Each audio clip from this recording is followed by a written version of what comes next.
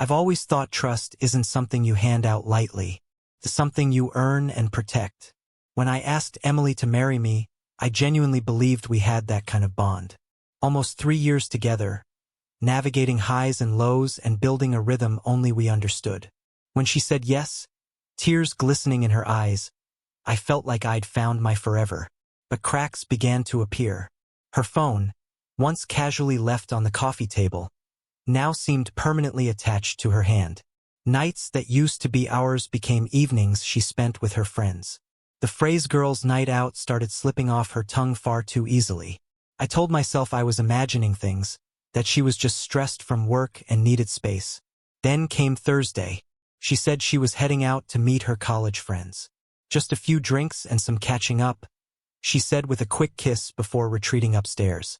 Her avoidance of my eyes didn't escape me.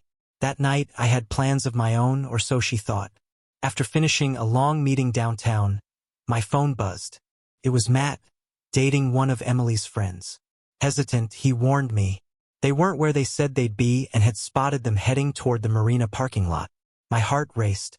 I tried to convince myself it was nothing, but I knew I wouldn't sleep without seeing for myself. 15 minutes later, I pulled into the marina lot and scanned for her car. Then I saw it. My old truck, the one I'd sold 6 months ago, now parked in the shadows. Confusion hit me before I even stepped closer. And then I saw them.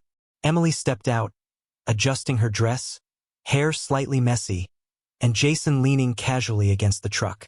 The sight twisted my stomach. Jason, my ex's old flame, the one Emily assured me 2 years ago was nothing to worry about. For a moment, they didn't notice me. I stood there under the dull street lamp glow, all warmth draining from me. Emily's smile faltered, her eyes widening in shock. Jason just smirked. I didn't yell. I didn't demand explanations. I walked closer, calm, almost too calm. "Nice car," I said, my tone neutral. "Looks familiar." Emily froze, her hands clutching her purse. Jason interjected with mock innocence. "We were just catching up. Old friends." "Friends," I repeated flatly.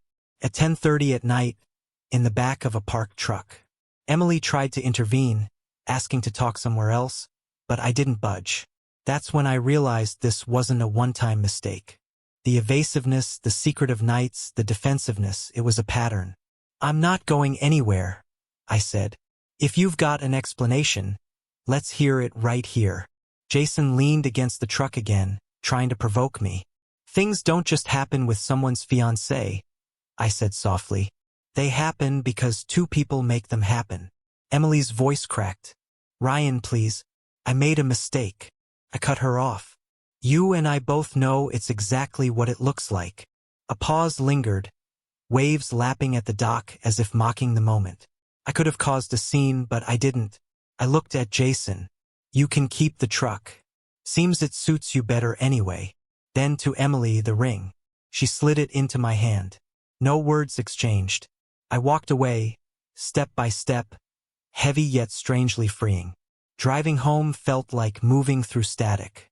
Every late-night excuse, every sudden change, every dismissed question replayed in my mind. I wasn't burning with rage. This was colder, sharper. I didn't call.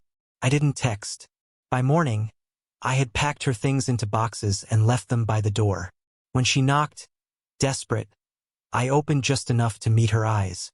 "There's nothing to explain," I said. "You lied. You cheated.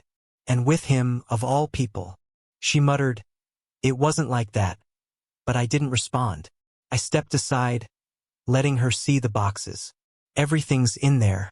Take and go." She collected her things, muttering, leaving silently. The following weeks, I kept busy.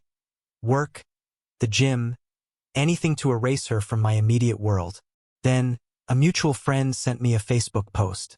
Emily and Jason together. A photo captioned, "Finally, where I'm meant to be." I didn't engage. Instead, I posted a picture of my new truck, bought with cash. Captioned simply, "Upgrades all around." Not revenge, just a statement. 2 months later, I heard Jason sold my old truck. Emily had moved on again. I didn't care. I had already moved forward, carving out a life where my value wasn't tied to someone else's loyalty. The man who would have done anything for her was gone, and he's not coming back.